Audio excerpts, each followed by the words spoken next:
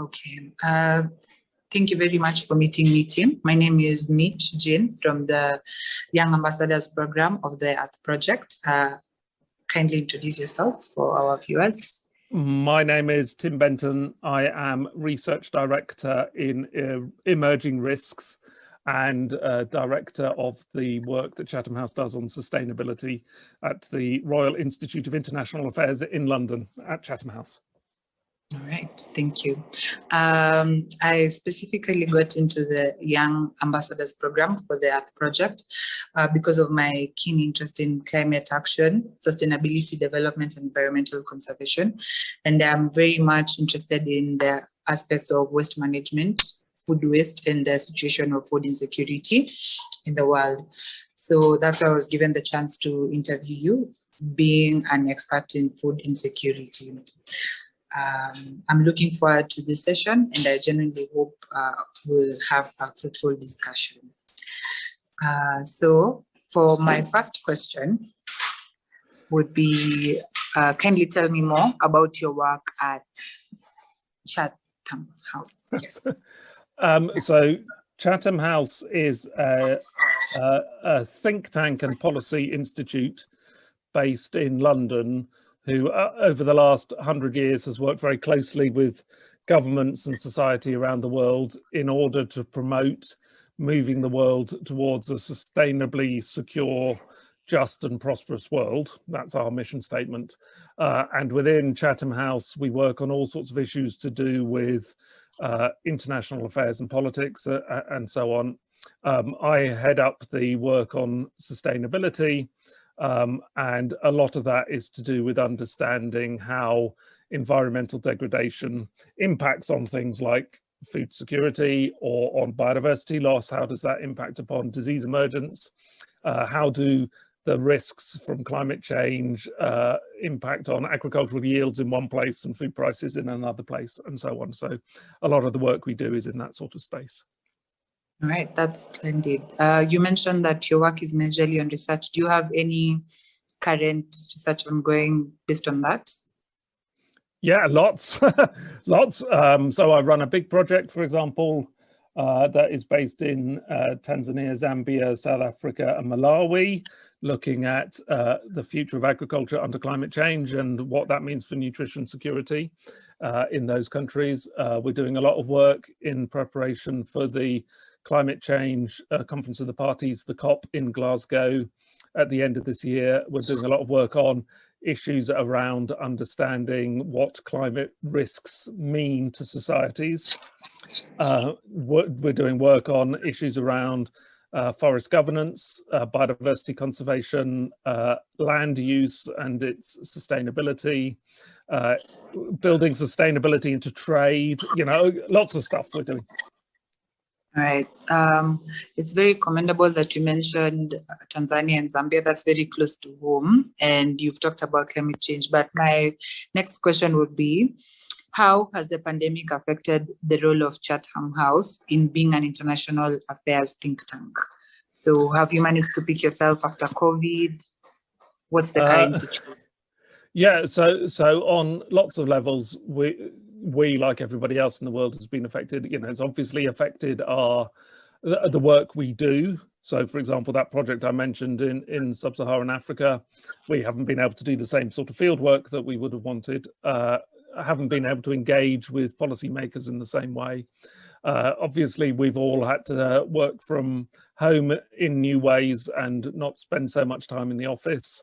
It's affected some of our funding, the funding of our work. And it has provided us with new questions to ask. So we've been doing a fair amount of work on the impact of COVID itself on food security issues. Okay, have you been able, do you think the impact hit you very hard in a negative or positive way? If negative, have you been able to pick yourself up as an organization, you know, as a think tank? Yeah, I think there is more in an element of crisis. There is more need to do very rapid analysis of how the situation is developing. And so we've had an incredibly busy year because more governments, and UK government in particular, have been asking questions. As I mentioned a minute ago, one of the projects that we looked at was how did COVID impact on food supply chains, and particularly from overseas. And the thing that we've partly focused on was how did that influence local food and nutrition security? So if for some countries, particularly in sub-Saharan Africa, you have a situation where there was a greater transport of food to the rich world, then there was ability to access food in your own country. So inequality of food trade was one of the things that we've been working on recently. Right. So once the pandemic subsides, as most of the world is now vaccinated, 1.8 billion so far, what do you think are some of the major food insecurity issues we are going to face? Well, I could talk about this for about a month. So let's try and keep things simple. I think on a global basis, if we take food security as at its heart the ability for people to access enough of the right sorts of food for a healthy life, we have a global problem in that we grow the wrong sorts of things relative to the sorts of things that we ought to grow to eat. So in the north and increasingly in the south, we have lots of calories available for most people, and that leads to obesity, diabetes, cardiovascular disease, and a whole range of other things, because we're not growing enough fruits and vegetables, and we're not investing enough in fruits and vegetable supply chains. So there's a big question there about what should we be growing, in what quantities, for whom, for a healthy life. We've got a very big question that, clearly on a global basis and in many parts of the world, our food system is degrading the environment in an unsustainable way. And that environmental degradation is itself a threat to food production, because it will come back and stop us growing the sorts of food that we need to grow.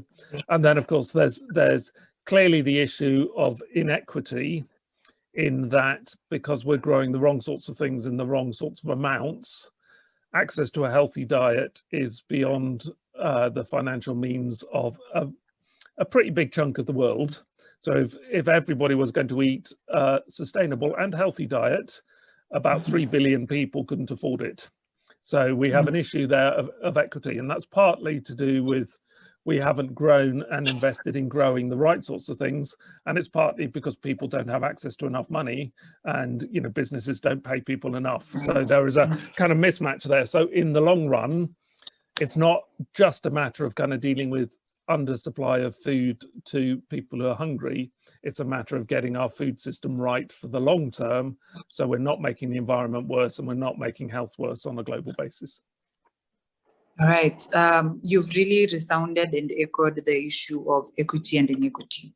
So yesterday, Antonio Guterres tweeted that in the whole population, only 1.8 billion have been, not only 1.8 billion people have been fully vaccinated, but only 2% of that is from Africa. So with respect to the situation of food security, what exactly is Chatham House doing to address that? As we can see, Africa has close to 54 countries, if I'm not wrong, but you're only working on 2. Is it like why is that the case? Why is it that always they're being left behind? Or maybe I'm misinformed. Are there other circumstances of inequity in the other continents that we're not informed about? No, I mean, I think the equity issue is a very real one, and it structures a lot of our thinking and the work we do. But we are a London-based think tank, and so the greatest influence we have is with northern governments. We are almost in weekly discussion with the UK government around some of the issues, like, for example, the recent cuts in its aid budget, which has hit us and the work that we're doing. But it's funny because we had a big discussion the other day in our staff meeting about the need to think more proactively about the kind of global power imbalances between the North and the South.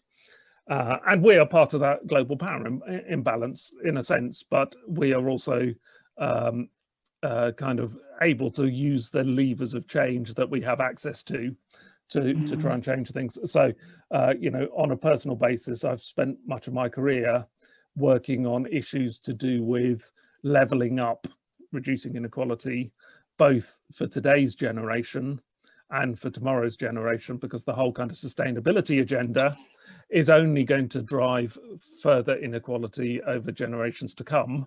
And somehow we've got to make sure that we're not pursuing economic growth in your country and my country at the expense of future generations, because it will be the poor in your country that will be most hurt by those sorts of approaches.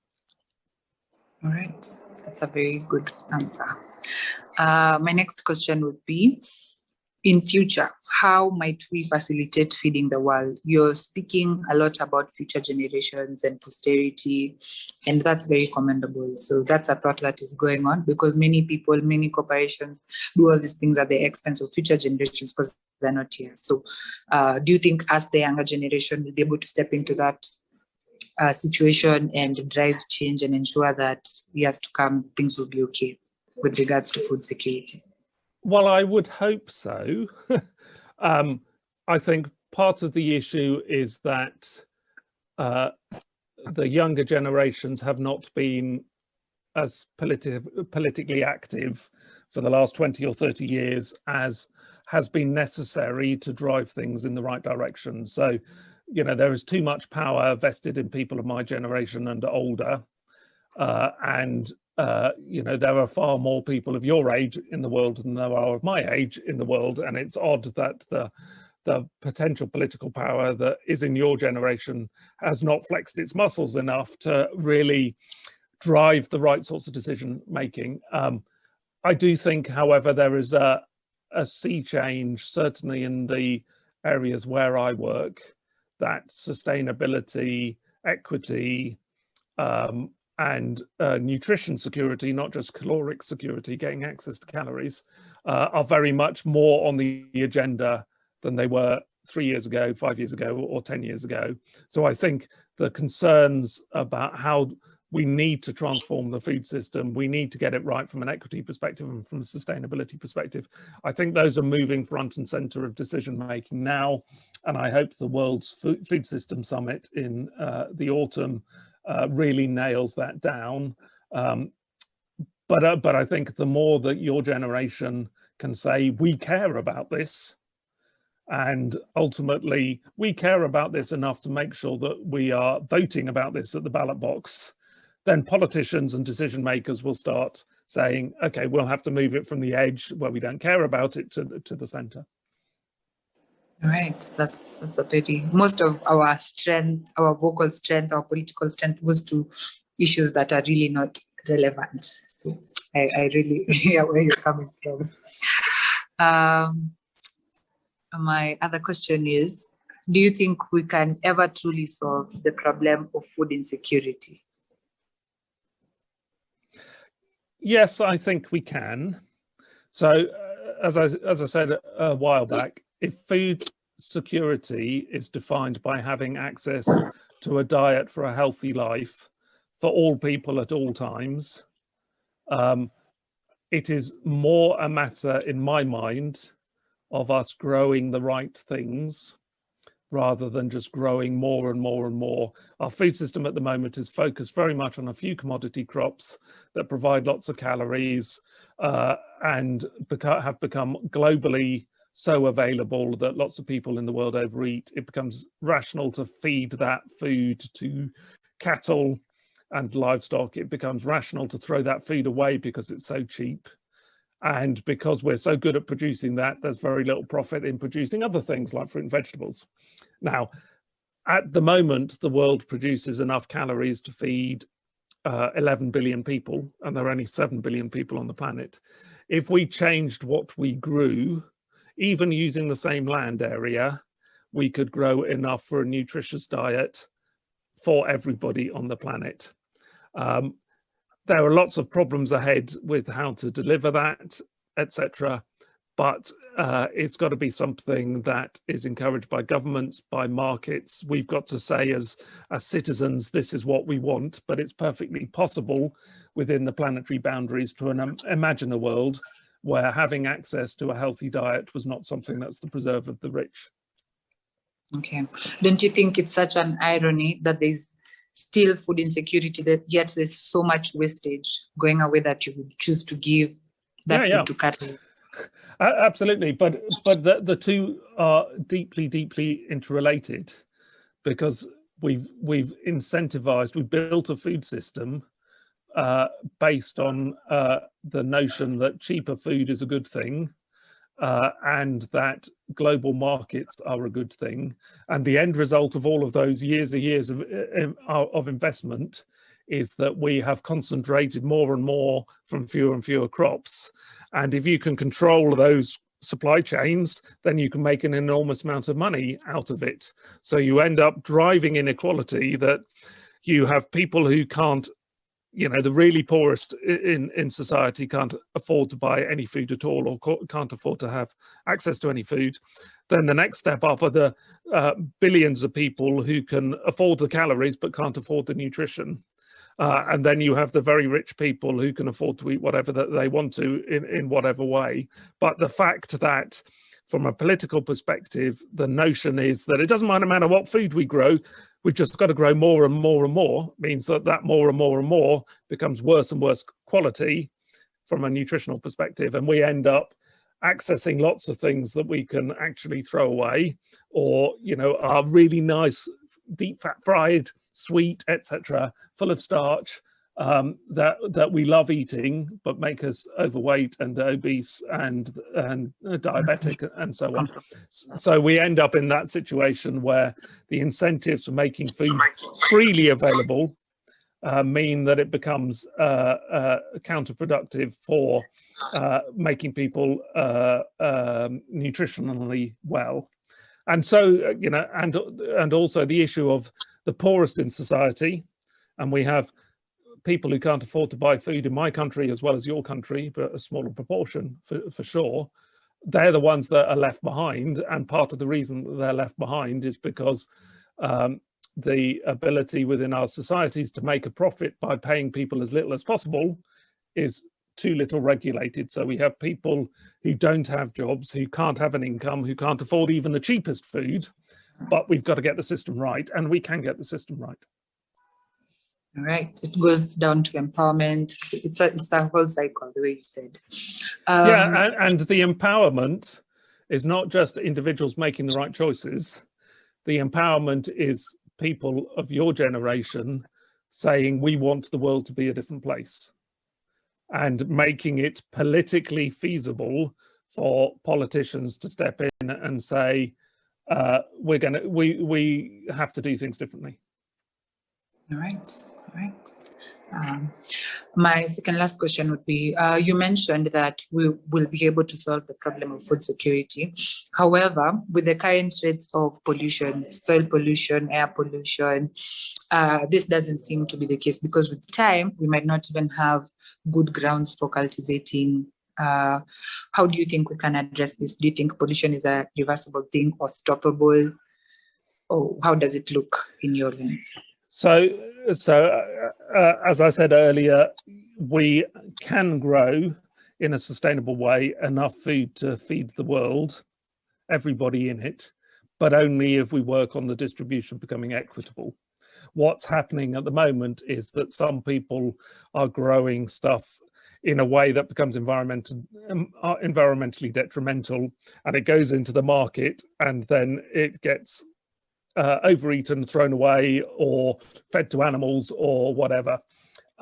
It is perfectly possible, and my background is in ecology, it's perfectly possible to have a well-functioning integrated farming system based on proper agroecological principles that doesn't create pollution, that doesn't use large amounts of pesticides, that doesn't degrade the soil and it doesn't drive climate change.